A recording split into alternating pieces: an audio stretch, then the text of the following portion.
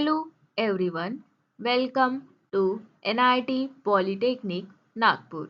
I am Bhakti Zamunkar, Department of Civil Engineering. Today we will study Unit 2 Causes, Detection and Estimation of Damages for 16 marks. So let's begin. These are the vision and mission of our institute, NIT Polytechnic Nagpur. Unit 2 में हम देखेंगे causes of damages in structure. Structure में कौन से damages रहते हैं, उनके causes क्या होते हैं। Systematic approach of damage detection, हम डैमेज को कैसे डिटरमाइन कर सकते हैं, उसका सिस्टमैटिक अप्रोच देखेंगे। टेस्ट ऑन डैमेज स्ट्रक्चर, जो स्ट्रक्चर डैमेज हुए हैं उन पर कौन सी टेस्ट करेंगे। Then structural audit. फर्स्ट है distress.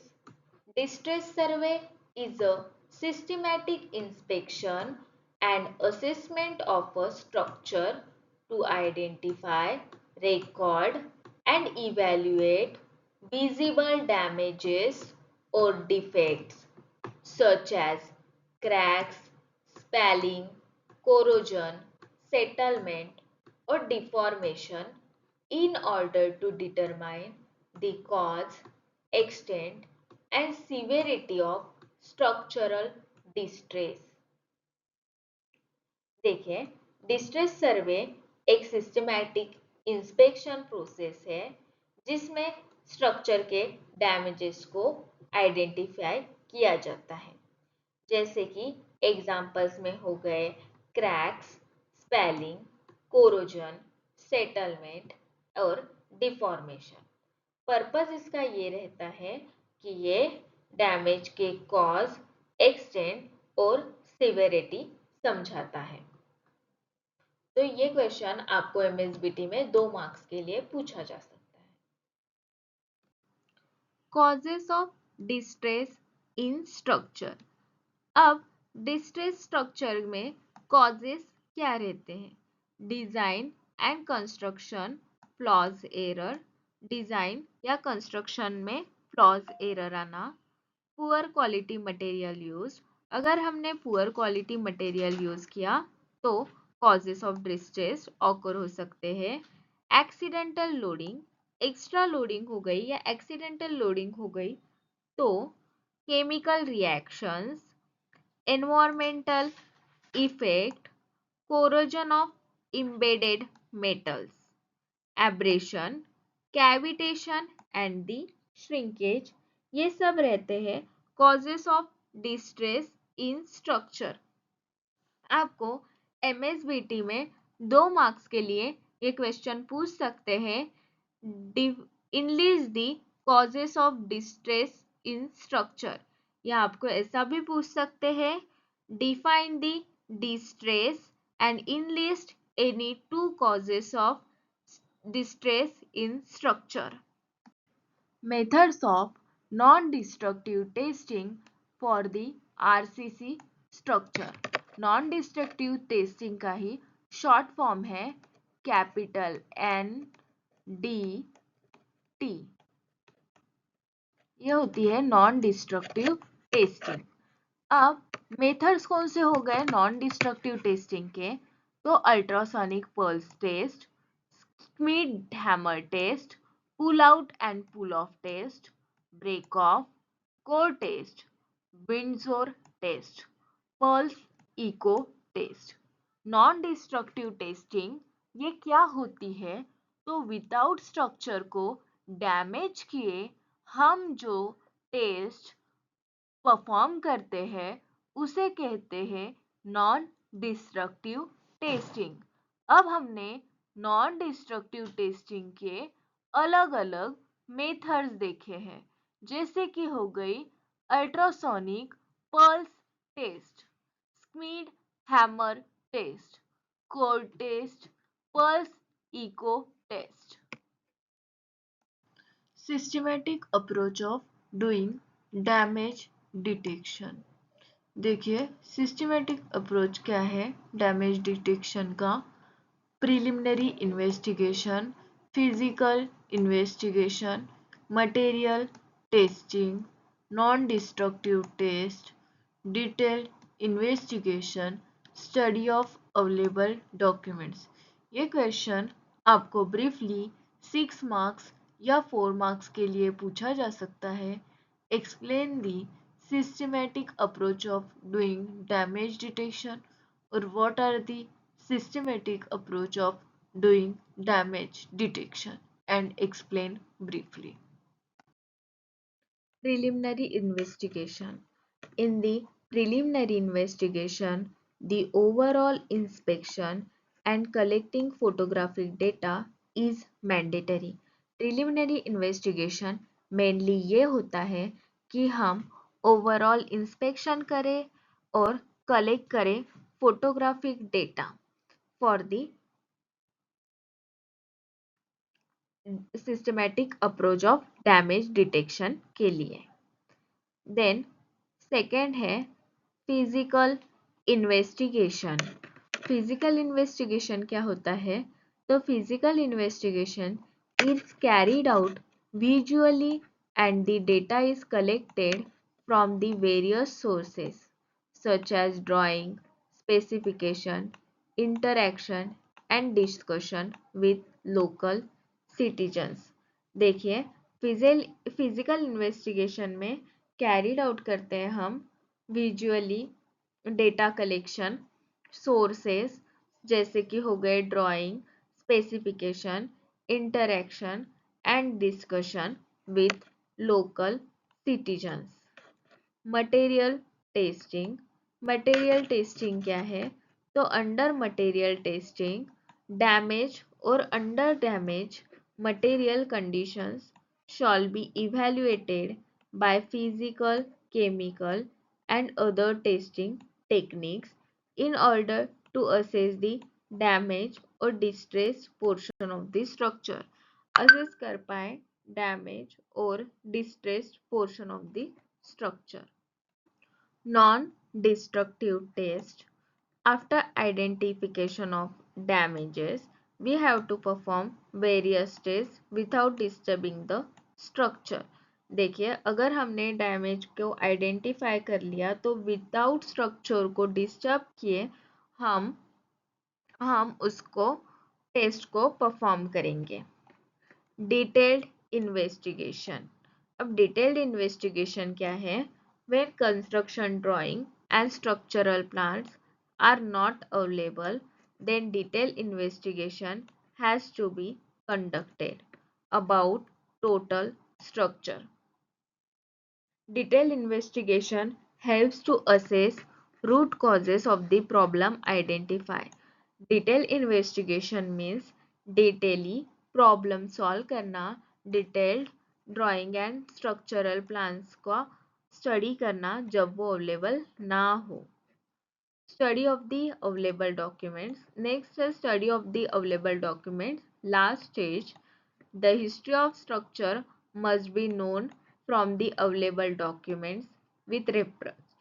Analysis, design, detailing of the structural elements, age of the structure and the modification in structure if any।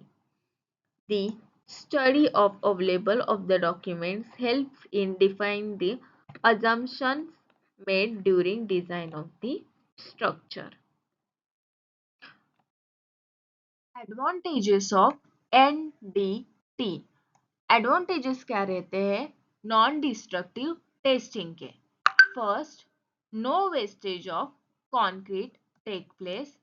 इससे क्या होता है कि जो हम टेस्ट कंक्रीट पर परफॉर्म कर रहे हैं उसमें कंक्रीट का कुछ भी वेस्टेज नहीं होता। Generally less expensive than destructive testing. ये बहुत ज़्यादा इकोनॉमिकल या लेस एक्सपेंसिव रहती है दैन दी डिस्ट्रक्टिव टेस्टिंग से। Better investigation is possible. देखिए इसका और एक एडवांटेजेस है कि ये हमें बेटर इन्वेस्टिगेशन देता है। Rapid accumulation of test data is possible. Rapid accumulation होता है टेस्ट डेटा का. Even if data such as drawing, concrete details, etc. of structure are not available, test can be conducted. अगर हमारे पास कुछ data available ना हो, जैसे कि हो गए ड्राइंग या कॉन्क्रीट डिटेल्स, तो भी हमें उसके एक्यूरेट रिजल्ट्स मिलते हैं with the help of non destructive testing. आपको एमएसबीटी में 4 मार्क्स के लिए ये क्वेश्चन पूछ सकते हैं. Define non destructive testing and write any 2 advantages of NDT. Disadvantages of NDT. अब नॉन डिस्ट्रक्टिव टेस्टिंग के डिसएडवांटेजेस क्या रहते हैं? जैसे कि advance inspection techniques can be expensive due to need of train technicians to perform the non destructive testing. देखिए, advance inspection required रहते हैं बिकॉज वो बहुत ज़्यादा एक्सपेंसिव में जाते हैं, क्योंकि विदाउट टेक्नीशियन हम नॉन डिस्ट्रक्टिव टेस्टिंग परफॉर्म नहीं कर पाते. Analysis and interpretation of test result is not so easy. अगर इसका हमें एनालिसिस या रिजल्ट लेना हो तो वो कैलकुलेशन इजी नहीं रहती. More than one test method may be required. एक से ज़्यादा टेस्ट हमें रिपीटेड परफॉर्म करनी पड़ सकती है. Define the term structural audit and its importance. अब स्ट्रक्चरल ऑडिट क्या होता है और उसके इम्पोर्टेंस क्या रहते हैं? चलिए तो देखते हैं. Structural audit. Structural audits include a comprehensive check of buildings premises, including verification of load conditions. देखिए, स्ट्रक्चर ऑडिट में हम कॉम्प्रिहेंसिव चेक लेते हैं. किसका? तो बिल्डिंग एंड प्रीमाइसेस का, जिसमें कि इंक्लूड रहता है कि लोड की कंडीशंस कैसी होती हैं. Evaluation of the structural system of the building. देखिए, जो इवैल्यूएशन वगैरह होता है स्ट्रक्चरल सिस्टम या बिल्डिंग का, वो करते हैं हम. Detection of structural defects. अगर स्ट्रक्चर में कुछ डिफेक्ट्स या कुछ डैमेज आते हैं तो उसका इवैल्यूएशन होता है. डैमेजेस, डिस्ट्रेस, डिफॉर्मेशन और डिटोरिएशन, ये होता है स्ट्रक्चरल ऑडिट. अब इसके इम्पोर्टेंस क्या रहते हैं? To save human life and property. अगर हमें बिल्डिंग के डिफेक्ट्स, डैमेजेस, डिटोरिएशन पहले से ही पता हो तो इससे हम ह्यूमन लाइफ और प्रॉपर्टी को सेव कर सकते हैं. To understand the condition of building and to project the expected future life. तो हम बिल्डिंग की कंडीशन अंडरस्टैंड करेंगे और जो प्रपोज फ्यूचर लाइफ है वो इंक्रीज कर सकते हैं with the help of structural audit. To comply with municipal and statutory requirements. देखिए, अगर हमें म्युनिसिपल या स्टैट्यूटरी रिक्वायरमेंट्स लगे तो वो भी हम स्ट्रक्चरल ऑडिट की हेल्प से कर सकते हैं. तो यही होते हैं importance of structural audit. Purpose of structural audit. Structural audit के क्या पर्पस रहते हैं? To save human life and buildings. Mainly human life and building को सेव करना. To understand the condition of building. Building की कंडीशन अंडरस्टैंड करना. To find critical areas of immediate repair. जी, building में ऐसे कौन से एरियाज है जहाँ पे क्रिटिकल रिपेयर की जरूरत हो उसे फाइंड आउट करना। टू कंप्ली विद म्युनिसिपल और एनी स्टैट्यूटरी रिक्वायरमेंट्स। देखिए म्युनिसिपल और एनी स्टैट्यूटरी रिक्वायरमेंट्स की जरूरत रहती है। ये क्वेश्चन एमएसबीटी में 4 या 2 मार्क्स के लिए पूछ सकता है। Define the structural audit and state its purposes और importance. Structural audit is necessary. Structural audit की क्यों जरूरत होती है? तो मेनली है save human life and property. Human life and property को सेव करने के लिए, to understand the condition of building and to project the expected future life. देखिए बिल्डिंग की कंडीशन अंडरस्टैंड करना और जो प्रोजेक्ट की एक्सपेक्टेड फ्यूचर लाइफ है उसे इंक्रीज करना।